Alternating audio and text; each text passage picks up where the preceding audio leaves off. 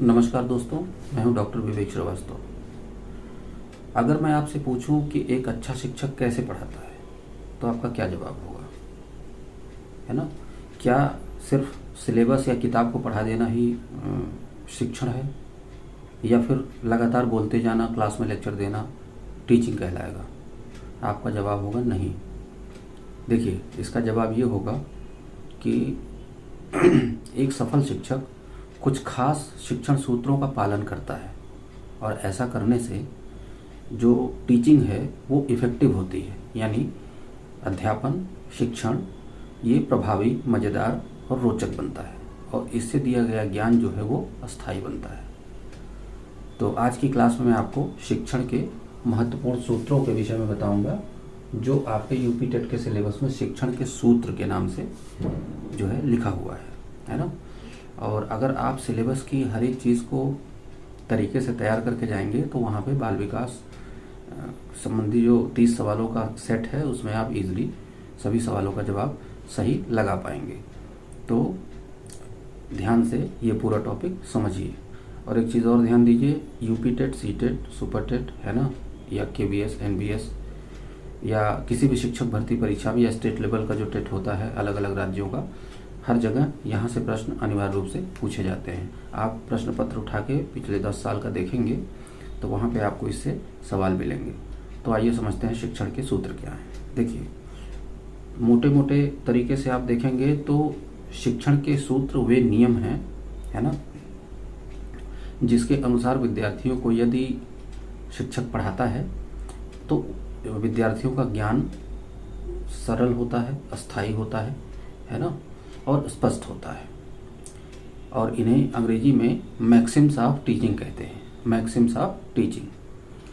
तो यहाँ तक रही शिक्षण के सूत्रों की बात। अब आप जहाँ से प्रश्न आते हैं उस पे आइए। ठीक, तो प्रश्न आते हैं शिक्षण के प्रमुख सूत्र। अब देखिए, ये जो सूत्र हैं, है ना, इससे सवाल इस तरीके से आते हैं कि निम्नलिखित में से कौन सा सही है, कौन सा नहीं है। जैसे शिक्षण के सूत्रों में पहला सूत्र होता है ज्ञात से अज्ञात। ठीक है, ये बहुत ज़्यादा पूछा जाता है, इसलिए आप इसको ध्यान से समझिए। पहली बात, जैसे पहला सूत्र है ज्ञात से अज्ञात की ओर, यानी पहले से विद्यार्थी जो कुछ जानता है ना, वह उसके बारे में पहले बताया जाए, उसी से जोड़ के नई जानकारी दी जाए, है ना। जैसे उदाहरण के लिए, बच्चों को अगर जोड़ना आता है तो आप उनको गुणा भाग करना ईजिली सिखा सकते हैं, लेकिन अगर उनको जोड़ना नहीं आता है तो आप उनको गुणा नहीं सिखा सकते। तो यहाँ पे ज्ञात से अज्ञात, यानी जो चीज़ बच्चा जानता है, जैसे बच्चा जोड़ना जानता है, जोड़ घटाव जानता है, तो आप उसको आगे की गणित की शिक्षा दे सकते हैं। तो इसमें ज्ञात से अज्ञात में प्रश्न इस तरीके से आता है कि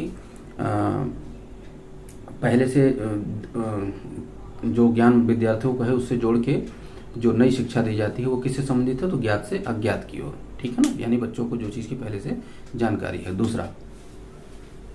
दूसरा जो शिक्षण का सूत्र है वो है सरल से कठिन की ओर। देखिए, बाल मन चीज़ों को अगर आसान है तो जल्दी सीखता है ना, यानी उनको अगर सरल से कठिन की ओर ले जाया जाए, कठिनाई के स्तर पे डायरेक्ट न पहुंचा के सबसे पहले सरल चीज़ों का ज्ञान उनको कराया जाए, आसान चीज़ें पढ़ाई जाए, उसके बाद जो है कठिनाई के स्तर को बढ़ाया जाए। जैसे छोटे बच्चों की कक्षा में वर्णमाला का ज्ञान पहले कराया जाता है, उसके बाद शब्द, फिर उसके बाद वाक्य। इससे छात्रों का आत्मविश्वास बढ़ता है। तो सरल से कठिन का जो शिक्षण सूत्र है उसमें पहले इजी चीज़ें, यानी ABCD इस तरह की चीज़ें पहले सिखाई जाएंगी, फिर शब्दों को, अक्षरों को जोड़ के शब्द का निर्माण, फिर शब्दों को जोड़ के वाक्य का निर्माण, है ना, व्यवस्थित तरीके से सिखाया जा सकता है। तो ये शिक्षण का दूसरा सूत्र है। तीसरा सूत्र आपका क्या है, स्थूल से सूक्ष्म की ओर। स्थूल का मतलब ये है कि समूची वस्तु, और सूक्ष्म का मतलब है उसका कोई एक हिस्सा, है ना, यानी पहले बड़ी और स्पष्ट चीज़ें बताई जाए, है ना, उसके बाद उसके अंदर की गहरी बातों के बारे में बताया जाए। ठीक है, जैसे पहले पौधा दिखाया जाए, है ना, फिर जो है उसकी कोशिकाओं की जानकारी उसको दी जाए।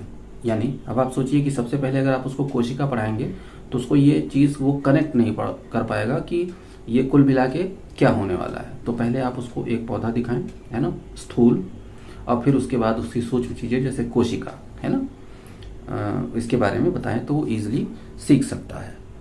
और इसके बाद जो अगला शिक्षण सूत्र है वो है विशेष से सामान्य की ओर, चौथा।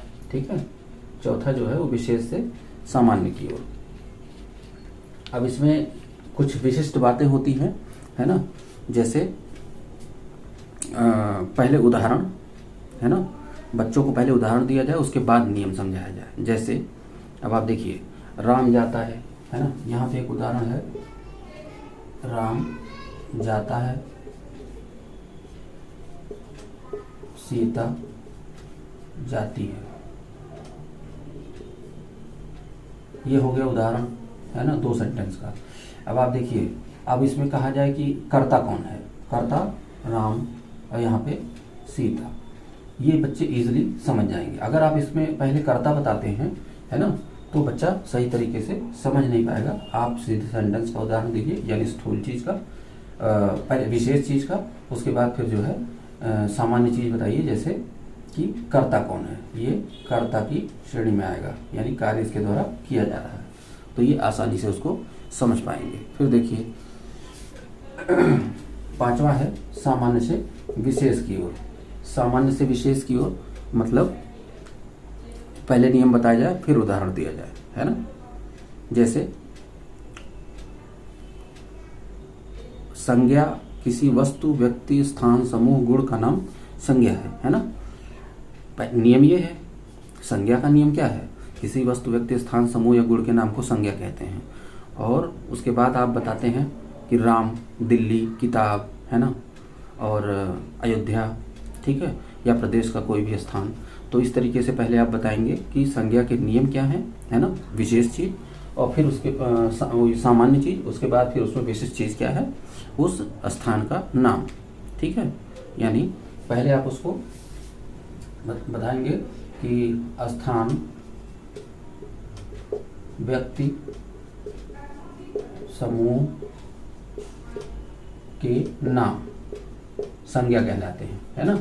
अब आप वहाँ पे उसको बताइए कि दिल्ली, किताब, है ना, या फिर अयोध्या,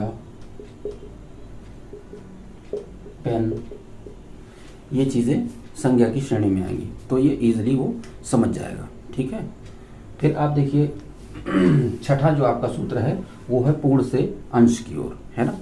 पूर्ण से अंश की ओर जो 6ठा सूत्र है वो ये कहता है कि पहले पूरा नियम बताइए, उसके बाद उसके भागों के बाद की चर्चा करिए। ठीक है, यानी पहले साइकिल दिखाई जाए, पहले पूरी साइकिल दिखाई जाए छात्र को, उसके बाद उसके कल पुर्जों की जानकारी उसको दी जाए, उसके पार्ट्स की जानकारी दी जाए, है ना।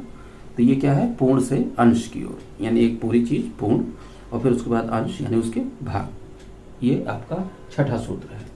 और फिर 7वां है विश्लेषण से संश्लेषण की ओर, है ना। विश्लेषण से संश्लेषण मतलब पहले विषय या पाठ्य वस्तु को बांटा जाए और फिर उसको जोड़ के समझाया जाए, है ना। यानी विषय या पाठ्य वस्तु है, जो चीज़ पढ़ाई जानी है उसको पहले टुकड़े में बांट दिया जाए, फिर उसके बाद उसको जोड़ के समझाया जाए। जैसे वाक्य, शब्द, अक्षर, ठीक है। जैसे पहले वाक्य, शब्द, फिर अक्षर, ठीक है। अब उसके बाद फिर जो है अक्षर, शब्द, फिर वाक्य। इस तरीके से जब आप समझाते हैं, यानी किसी भी चीज़ का विश्लेषण किया जाए, है ना, फिर उसके बारे में उसकी छोटी छोटी जानकारी बच्चों को दी जाए, तो फिर वो चीज़ों को ईजिली समझते हैं। अब देखिए अगला है अनुभव से तर्क की ओर, ठीक है। अनुभव से तर्क की ओर यानी पहले बच्चे को अनुभव कराया जाए, है ना, फिर उस पर उसकी तार्किक जानकारी उसको दी जाए, यानी उससे तर्क करने को कहा जाए, ठीक है। जैसे पानी गर्म करने पे भाप बनती है, ठीक, ये हो गया अनुभव। इसके बाद फिर जो है उसको अवस्था परिवर्तन समझाया जाए, ठीक है, क्योंकि जल जो है जलीय अवस्था से गैसीय अवस्था में बदलता है, यानी भाप बनता है, तो ये जो है अवस्था परिवर्तन कहलाता है। तो पहले आप उसको ये बताइए कि पानी गर्म करने पर भाप बनता है, ठीक, ये अनुभव की बात है। फिर उसमें तार्किक बात ये है कि अवस्था परिवर्तन के क्रम में, है ना, जो द्रव है वो गैसीय अवस्था में बदलता है। फिर अगला जो अंतिम सूत्र है वो है प्रत्यक्ष से अप्रत्यक्ष की ओर, यानी जो सामने है पहले वो पढ़ाया जाए, है ना, उसके बाद उससे कल्पना की चीज़ें बताई जाए, है ना। उदाहरण के लिए पहले नक्शा दिखाया जाए, उसके बाद देश को समझाया जाए, यानी विश्व का नक्शा बच्चे को अगर दिखाया जा रहा है, उसके बाद उसमें इंडिया कहाँ पे है ये चीज़ बताई जाए, यानी प्रत्यक्ष से अप्रत्यक्ष की ओर, यानी जो चीज़ सामने है पहले उसको ये बताई जाए, उसके बाद उससे कल्पनात्मक चीज़ें उसको सिखाई जाए। तो देखिए यहाँ पे एक तो ये शिक्षण के सूत्र महत्वपूर्ण है कि कौन कौन से इसमें आते हैं, है ना। ऑब्जेक्टिव में इस तरह के सवाल भी आए हुए हैं और आगे भी आने की संभावना है। साथ में देखिए कुछ चीज़ें हैं जैसे विशेष से सामान्य, ठीक है, ये जो है एक नाम से और जाना जाता है आगमन पद्धति, ठीक है ना। और उसके बाद जो है सामान्य से विशेष का जो हिस्सा है वो जाना जाता है, ये जो अगला सूत्र है सामान्य से विशेष की ओर, ये है निगमन। अब इसके आगे आप पद्धति लिख लीजिए, है ना, और ये भी जो है पद्धति, ठीक है ना। आगमन पद्धति कौन सी है, विशेष से सामान्य की ओर, ठीक है, और निगमन पद्धति कौन है, सामान्य से विशेष की ओर। ऑब्जेक्टिव में ये बहुत बार पूछा गया है और आगे भी आने की संभावना है, ठीक है। तो ये दो सवाल जो है। अच्छा एक चीज़ और है, पूर्ण से अंश की ओर, ये वाला जो है, ये जो छठा सूत्र है, ये गेस्टाल्टवादी सूत्र माना जाता है, गेस्टाल्टवादी, ठीक है। अब गेस्टाल्टवाद क्या है ये आप दूसरे वीडियो में देख सकते हैं जाके, इसका डिटेल करने का यहाँ पे समय नहीं है, लेकिन ये सीधे सीधे ये पूछा जाएगा कि गेस्टाल्ट थियरी इनमें से किससे संबंधित है, तो आप लगाएंगे पूर्ण से अंश की ओर। यानी 3 प्रश्न इस तरह के जो निश्चित रूप से पूछे जा रहे हैं सूत्रों से, और उसके अलावा इन सूत्रों के नाम, है ना, यानी शिक्षण के सूत्रों में निम्नलिखित में से कौन सा सही है, ठीक है। तो नॉर्मली ABC में इनमें 3 नाम होते हैं, उसके बाद लास्ट में D ऑप्शन में लिखा होता है उपरोक्त सभी। तो इस तरीके से आप जो है प्रश्नों का सही जवाब लगा सकते हैं। D ऑप्शन लगाएंगे उपरोक्त सभी तो वो करेक्ट होगा। साथ में पूछा जाए कि गेस्टाल्टवाद संबंधित है पूर्ण से अंश की ओर, या पूर्ण से अंश की ओर जो नियम है, जो सूत्र है वो किससे संबंधित है, तो गेस्टाल्टवाद से। या फिर विशेष से सामान्य की ओर किस दूसरे नाम से जाना जाता है, तो आगमन पद्धति विशेष से सामान्य, और सामान्य से विशेष की ओर किस नाम से जाना जाता है, तो निगमन पद्धति। ये दोनों आप विशेष रूप से ध्यान रखिए। और ये आपके शिक्षण के सूत्रों का चैप्टर रहा, और मुझे लगता है कि आपको ये समझ में आ गया होगा। और अगर जो है आपको ये वीडियो ठीक लगा हो और हेल्पफुल लगा हो तो आप चैनल को लाइक करें, शेयर करें और सब्सक्राइब करें, और साथ में कमेंट बॉक्स में लिखें कि अगला टॉपिक आपको क्या चाहिए। अब इसके ठीक बाद जो है आपको नेक्स्ट टॉपिक में आपको यूपी टेट के सिलेबस में जो इसके बाद की चीज़ है वो आपको बताई जाएगी। धन्यवाद।